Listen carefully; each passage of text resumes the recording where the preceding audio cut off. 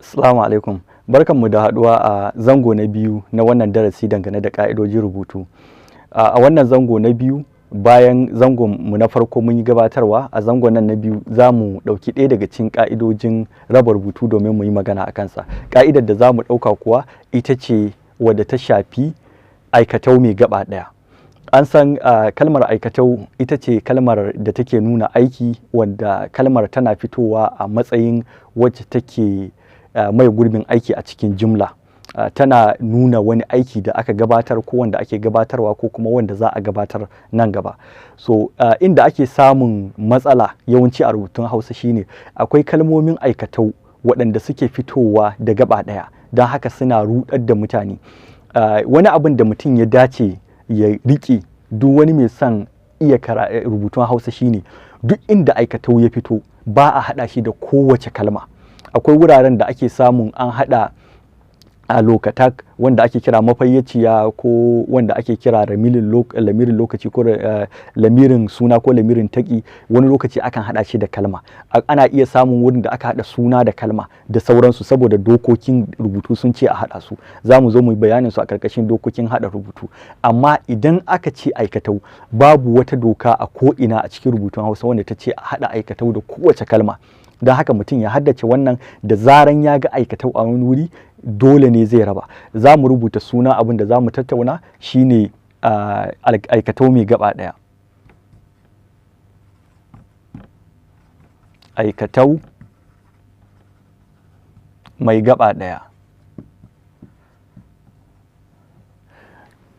Kamar yadda na faɗa, kalmomin aikatau kowaɗanne iri ne, ba a haɗa su da kowace kalma yayin da ake rubutun Hausa. To idan kalmar aikatau ta zo mai gaba ɗaya, ita ce take ruɗe mutane.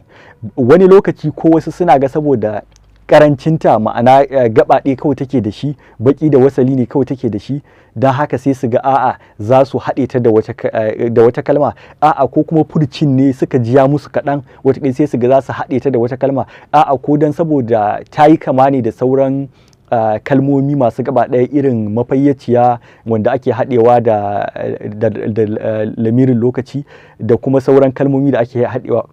Wataƙila wannan dalilin yasa sai suke rika haɗewa. To ɗaya daga cikin dalilai dai uku nan, ko kuma wani dalili daban wanda ban ambata ba, yakan sa wasu idan suka zo rubutu suke haɗa aikatau mai gaba ɗaya da wasu kalmomi. Yanzu za mu ga misalan aikatau mai gaba ɗaya. Daga cikinsu akwai misali ci na cin abinci, ko na cin wani abu, cin jarabawa, cin duka, cin wani abu. Duk abin da in mun saka a cikin jimla, za a ga yadda ci in ya fito a nan, ya fito a aikatau, dole ne sai an raba shi, ba za a haɗa shi da wata kalma ba. Akwai misalin sha, na shan ruwa, shan shayi da sauransu. Akwai misali na yi, akwai misali na bi, da sauran misalai. Idan muka zo ba da misalan jimloli, za mu iya kallon su. Yanzu za mu ɗauki mu rubuta a cikin jimla, mu ga wasu daga cikin bayanan nan yadda suke fitowa, da matsalar da ake samu inda wasu suke haɗe su a cikin rubutu. Idan muka ɗauki misalin ci, muka ce yaro ya ci abinci. Yaro ya ci abinci. An ga jimla ta cika. Muna da yankin sunanmu da yankin bayani. Ci ɗin nan aikatau ne. Me yaro ya yi? Yaron nan cin abinci ya yi. Don haka ko da mutum bai gane wace kalma ce aikatau a cikin jimlar nan ba, yana cewa me yaro ya yi? Yaro ai cin abinci ya yi. Don haka aikin da yaro ya yi shine ya ci abinci. To don haka wannan kalmar aikatau mai gaba ɗayan ba za a taɓa haɗe ta da wata kalma ba. Don haka ba za a haɗe ta da yaɗin nan ba. Kuskure ne kenan a rubuta yaro ya ci abinci. Wannan kuskure ne wanda rubutu da yawa ana haɗawa hakan nan. Za mu sake ba da misalinsa.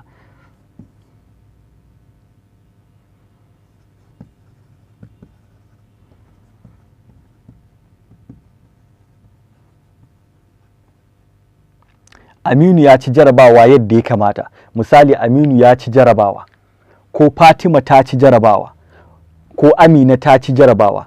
Don haka an ga anan ma ci ɗin nan dole sai an raba shi. Za mu saka jam'i. za mu sa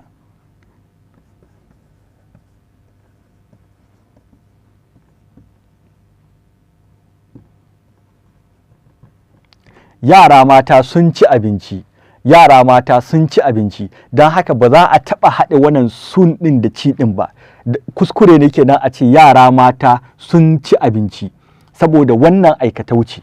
Me yara mata suka yi? Cin abinci suka yi. Wani aiki yara mata suka yi? Cin abinci suka yi. Don haka da zaran an haɗe sun da ci ɗin nan, ya zama jimlar ta zama gurɓatacciya, saboda ƙa'idar rubutunta, in ana la'akari kenan da ƙa'idar rubutu, an karya ƙa'idar rubutu na raba rubutu. A gurguje za mu ɗauki ƙarin misali na wata jimla. Bari mu ɗauki jimlar yi.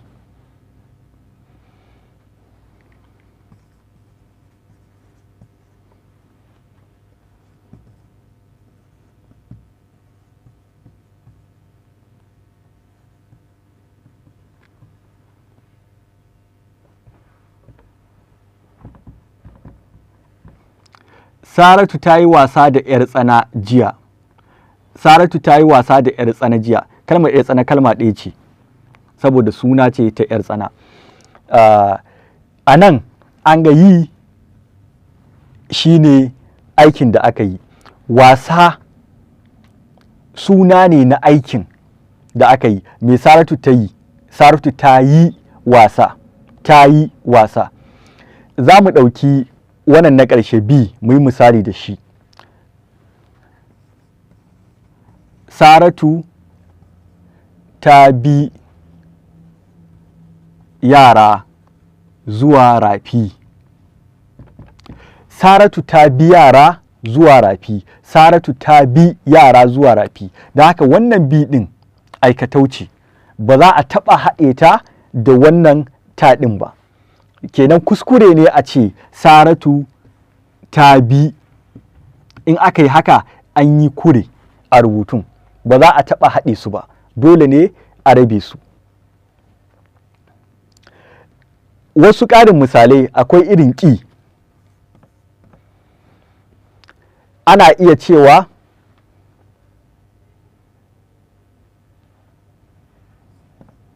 ta ƙi, ba ta ƙi ba. Dole ne ta ƙi za a ce, ba za a ce ta ƙi ba. Ana iya ɗaukan in yi ɗin nan ne, sai dai a ce ta yi, ba za a ce ta yi ba. Idan aka ce ta yi, ya koma ta yi, ya koma ta yi, da haka ba za a ce ta yi ba.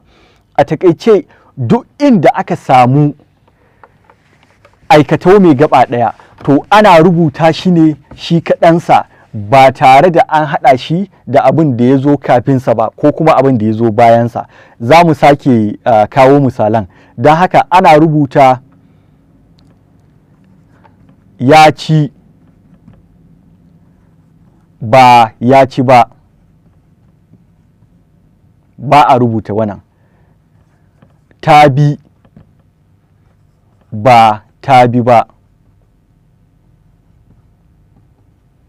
Wannan ya zama tabi, wannan ya zama yaci, don haka ba a rubuta su haka, dole ne sai an rabe. Sun ƙi, ba sun ƙi ba. Ba a rubuta sun ƙi a haɗe, don haka dole sun daban, ƙi daban.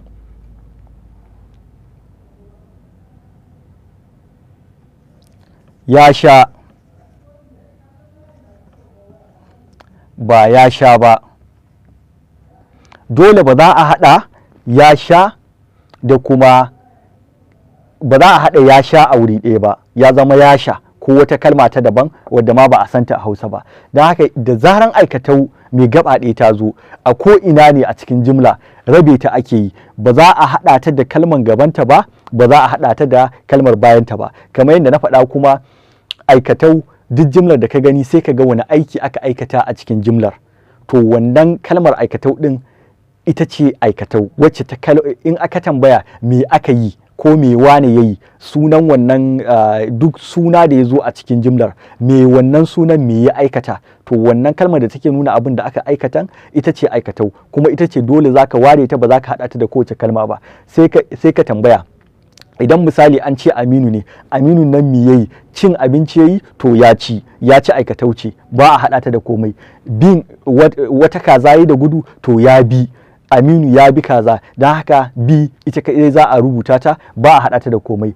A'a, yarinya ta ƙi ne, ta ƙi ta je wani wuri ko a makamacin haka, don haka ƙi ɗin nan aikatau ce. Me yarinya ta yi? Ai yarinya ƙi ta yi, don haka aikatau ne ƙi, kalma ɗaya, ba za a haɗa ta da komai ba. Sha ne, shan ruwa ta yi, sha ta yi, don haka ba za a haɗa ta da kowace kalma ba. Da fatan mun amfana da wannan darasi, kuma za mu kiyaye yayin rubutu kada mu haɗa aikatau mai gaba ɗaya da kowace kalma, domin ya saɓawa ƙa'idojin raba rubutu.